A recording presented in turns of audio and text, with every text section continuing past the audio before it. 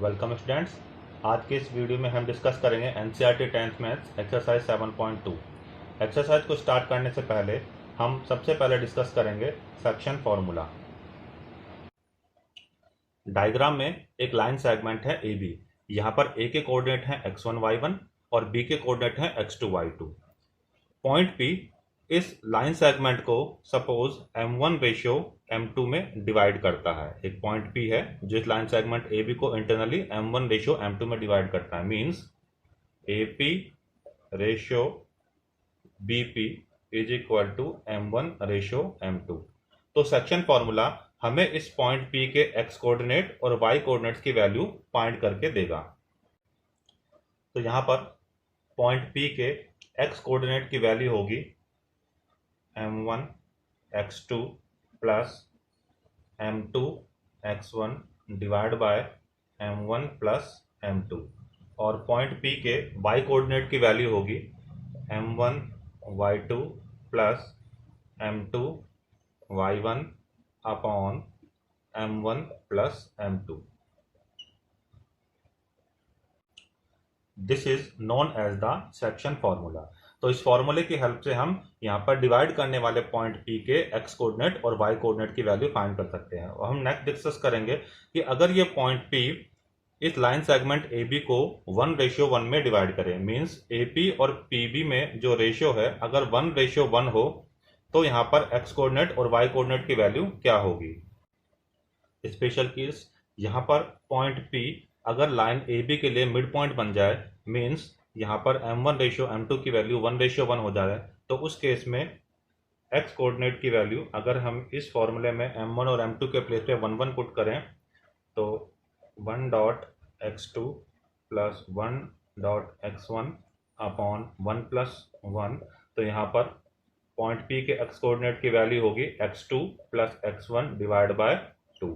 Similarly यहाँ पर point P के y कोऑर्डिनेट की वैल्यू m1 और m2 के प्लेस पर यहाँ पर 1 पुट करते हैं तो 1 into y2 plus 1 into y1 divide by 1 plus 1। तो पॉइंट P के y कोऑर्डिनेट की वैल्यू होगी y2 प्लस y1 अपॉन 2। यानी जब हम क्वेश्चन सॉल्व करेंगे और मिड पॉइंट वाला केस होगा तो सेक्शन फॉर्मूला अप्लाई करने के प्लेस पर हम डायरेक्ट यहाँ पर डिवाइड करने वाले मिड पॉइंट के कोऑर्डिनेट इस तरीके से फाइंड करेंगे। स्टार्ट करते हैं exercise 7.2 question number 1। Find the coordinates of the point which divide the line segment -1 7 and 4 -3 in the ratio 2:3। तो यहाँ पर हमने दोनों पॉइंट्स के लिए एक लाइन सेगमेंट बनाया और इन दोनों पॉइंट्स को हम A और B से डिनोट कर लेते हैं। अब सिचुएशन हमारे पास यहाँ पर यह है कि हमें उस पॉइंट के कोऑर्डिनेट्स फाइंड करने हैं जो इस लाइन सेगमेंट AB को 2:3 में डिवाइड करे। तो हम यहाँ पे अज्यूम कर लेते हैं कि हमारे पास एक पॉइंट है P जो इस लाइन सेगमेंट AB को 2:3 में डिवाइड कर रहा है और पॉइंट P के कोऑर्डिनेट्स हम अज्यूम कर लेते हैं x एंड y। तो अब यहाँ पर हमें सेक्शन फॉर्मूला की हेल्प से पॉइंट P के x कोऑर्डिनेट और y कोऑर्डिनेट को फाइंड करना होगा। Now by section formula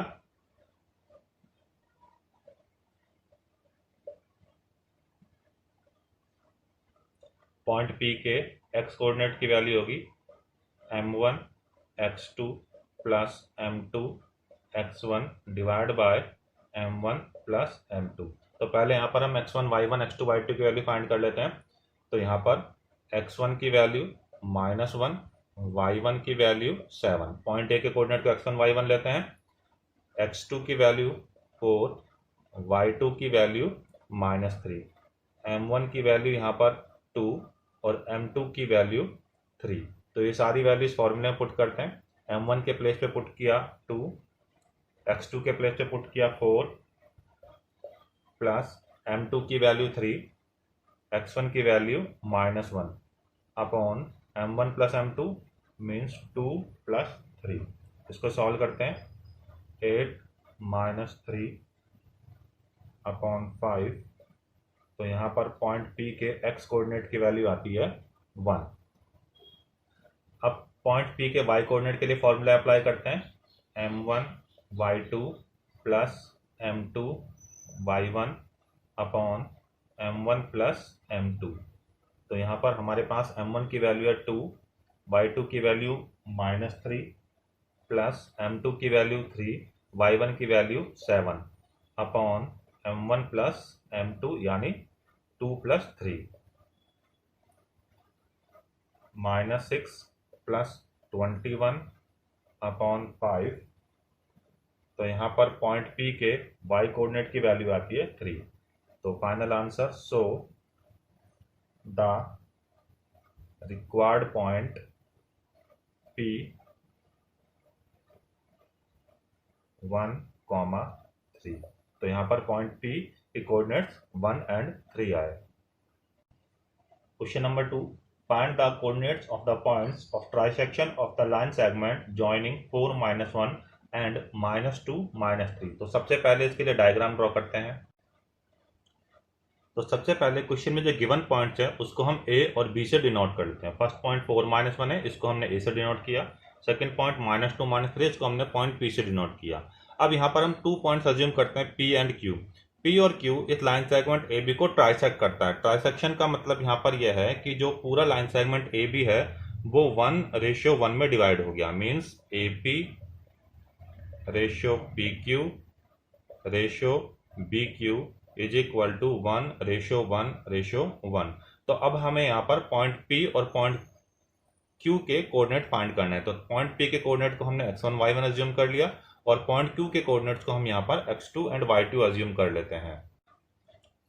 point P and Q अगर इस लाइन सेगमेंट AB को ट्राइसेक्ट करते हैं तो यहाँ पर AP, PQ और BQ में रेशियो 1:1:1 होगा।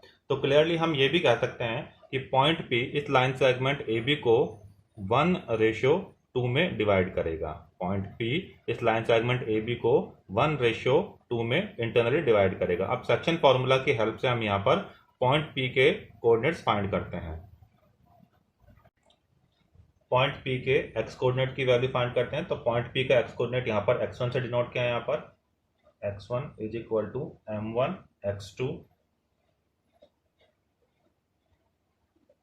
Plus m2 x1 upon m1 plus m2। यहाँ पर सेक्शन फॉर्म लगाएंगे तो x1 y1 x2 y2, m1 की वैल्यू 1 और m2 की वैल्यू 2। तो इसको सॉल्व करते हैं।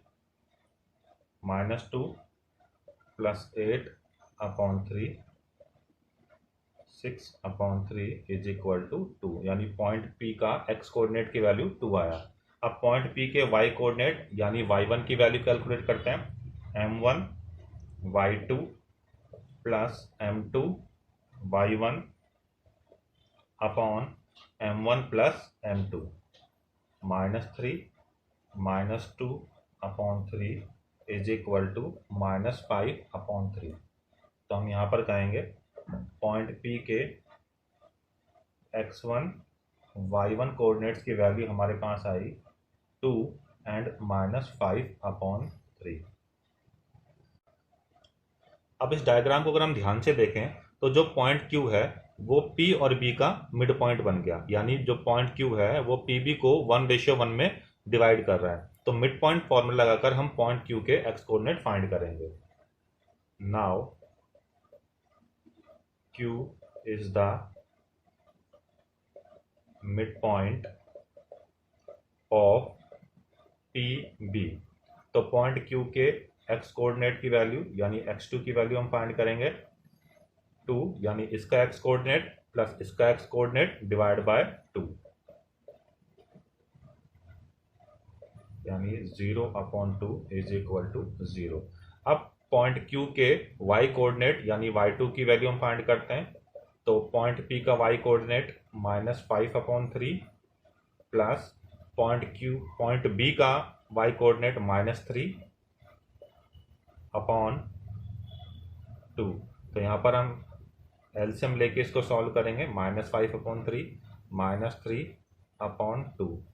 तो यहाँ पर हमने एलसीएम लिया 3 -5 -9/2। तो -14/3 इंटू 2। तो इसको सॉल्व करने पर आएगा -7/3। Hence required points are P 2 and -5/3 and Q 0 and -7/3। तो यहाँ पर पॉइंट P के कोऑर्डिनेट हमने पहले ही फाइंड कर लिए थे, पॉइंट Q के कोऑर्डिनेट हमने मिड पॉइंट फॉर्मूला लगाकर सॉल्व किया, तो रिक्वायर्ड पॉइंट्स P और Q हमने फाइंड किए। क्वेश्चन नंबर 3 में सिचुएशन ये है कि यहाँ पर जो ABCD है ये स्कूल का एक ग्राउंड है। AB पर 1 मीटर के डिस्टेंस पर चौक से लाइन ड्रॉ की हुई है और AD लाइन पर 1 मीटर के डिस्टेंस पर टोटल 100 फ्लावर पॉट्स रखे हुए हैं। इसका मतलब यह है कि AB की लेंथ 10 मीटर है और AD की लेंथ 100 मीटर है। अब यहाँ पर 2 स्टूडेंट्स हैं। फर्स्ट स्टूडेंट निहारिका, जिसके हाथ में एक ग्रीन फ्लैग है, वो सेकेंड लाइन पर रन करती है और AD का 1/4 डिस्टेंस कवर करती है। सेकेंड स्टूडेंट जिसके पास एक रेड फ्लैग है, प्रीत, वो 8th लाइन पर रन करती है और वो AD का 1/5 पार्ट कवर करती है। अब हमें बताना है निहारिका के हाथ में जो रेड फ्लैग है और निहारिका के हाथ में ग्रीन फ्लैग है और प्रीत के हाथ में रेड फ्लैग्स हैं, तो इन दोनों फ्लैग्स के बीच का डिस्टेंस हमें यहाँ पर फाइंड करना है। तो सबसे पहले निहारिका और प्रीत के कोऑर्डिनेट्स हम फाइंड करेंगे। कोऑर्डिनेट्स फाइंड करने के लिए हम यहाँ पर पॉइंट ए को ओरिजिन कंसीडर करेंगे, AB को एक्स एक्सिस कंसीडर करेंगे और AD को वाई एक्सिस कंसीडर करेंगे। निहारिका के हाथ में ग्रीन फ्लैग है और वो सेकंड लाइन पे रन करती है, तो इसलिए इसके कोऑर्डिनेट हो गए 2, एक्स कोऑर्डिनेट की वैल्यू हो गई 2 क्योंकि वो सेकंड लाइन पे रन करती है, और वाई कोऑर्डिनेट की वैल्यू फाइंड करने के लिए हम 100 का 1/4 कैलकुलेट करते हैं। तो ग्रीन फ्लैग के कोऑर्डिनेट्स आ गए हमारे पास 2 and 25 and coordinates of red flag, जो रेड फ्लैग था वो प्रीत के हाथ में था। प्रीत 8 लाइन पे रन करती है, तो इसलिए एक्स कोऑर्डिनेट की वैल्यू गई 8 और AD को हमने वाई एक्सिस कंसीडर किया है, वो इसका 1/5 डिस्टेंस कवर करती है, तो 100 का हम 1/5 निकाल लेते हैं। तो यहाँ पर रेड फ्लैग के कोऑर्डिनेट्स हमारे पास आते हैं 8 and 20। अब हमें इन दोनों फ्लैग के बीच में डिस्टेंस फाइंड करनी है।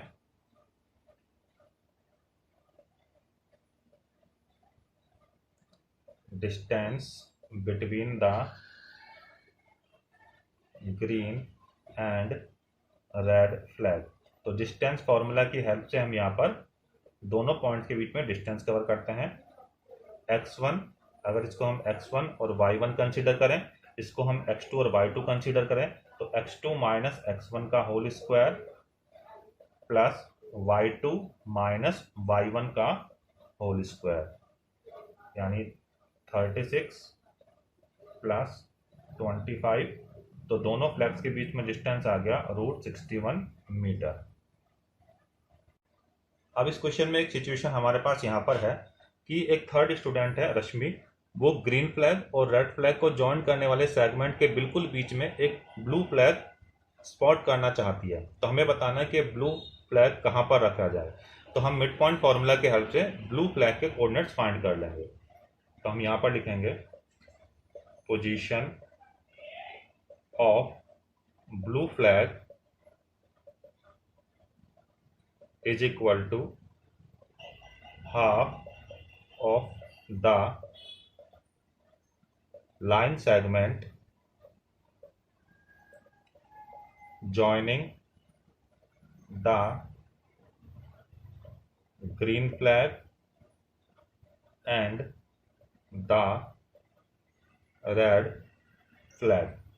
तो हमें मिड पॉइंट फॉर्मूला अप्लाई करना होगा यहाँ पर, x coordinate plus x coordinate divide by 2, green का एक्स कोऑर्डिनेट 2, रेड का एक्स कोऑर्डिनेट 8, 2 प्लस 8/2, ग्रीन का वाई कोऑर्डिनेट 25, रेड का वाई कोऑर्डिनेट 20/2।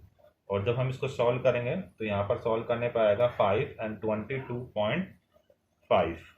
तो हम यहाँ पर लिखेंगे hence the blue flag is in the 5th line and is at a distance of 22.5 metre along AD. Question number 4. Find the ratio in which the line segment joining the points -310 and 6-8 is divided by -1 and 6. तो question number 4 में situation ये है कि -310 और 6-8 को join करने वाला line segment AB, तो पॉइंट P -16 इस लाइन सेगमेंट AB को किस रेशियो में डिवाइड करना है। यानी सिचुएशन हमारे पास ये है कि फ्रैक्शन फॉर्मूला में हमें रेशियो गिवन होता था और पॉइंट P के कोऑर्डिनेट्स हम फाइंड करते थे, लेकिन इसमें सिचुएशन अपोजिट हो गई। अब की बार हमारे पास डिवाइड करने वाले पॉइंट P के कोऑर्डिनेट्स गिवन है और हमें यहाँ पर रेशियो फाइंड करना है। तो हम यहाँ पर ये अज्यूम कर लेते हैं कि पॉइंट P इस लाइन सेगमेंट AB को m1:m2 में डिवाइड कर रहा है। तो अब यहाँ पर हमें m1 और m2 की वैल्यू फाइंड करनी है, यानी किस रेशियो में ये सेगमेंट डिवाइड हो रहा है। तो यहाँ पर सेक्शन फॉर्मूला अप्लाई करते हैं। x is equal to m1x2 plus m2x1 divide by m1 plus m2। तो यहाँ पर x का मतलब यह है पॉइंट P का x कोऑर्डिनेट, और पॉइंट P के x कोऑर्डिनेट की वैल्यू यहाँ पर है हमारे पास -1। m1 x2 की वैल्यू है यहाँ पर 6 प्लस m2 x1 की वैल्यू है यहाँ पर -3 अपॉन m1 प्लस m2। तो यहाँ पर क्रॉस मल्टीप्लाई करते हैं, -1 का इंटू होगा m1 प्लस m2 से, 6m1 माइनस 3m2। अब m1 और m2 के टर्म्स को सेपरेट करते हैं। -m1 minus m2 is equal to 6m1 minus 3m2, -m1 minus 6m1 is equal to -3m2 plus m2, -7m1 is equal to -2m2, minus से minus हुआ cancel. तो यहाँ से हमारे पास m1 अपॉन m2 की वैल्यू आया 2/7 और m1 ratio m2 is equal to 2/7। So required ratio is 2/7। अगर हम इस क्वेश्चन को y कोऑर्डिनेट की हेल्प से सॉल्व करेंगे तो भी रेशियो यहाँ पर 2/7 ही आएगा। तो हमें यहाँ तो या तो x कोऑर्डिनेट का वाला फॉर्मूला अप्लाई करना है या फिर y कोऑर्डिनेट वाला, किसी भी एक फॉर्मूले की हेल्प यहाँ पर हम ले सकते हैं।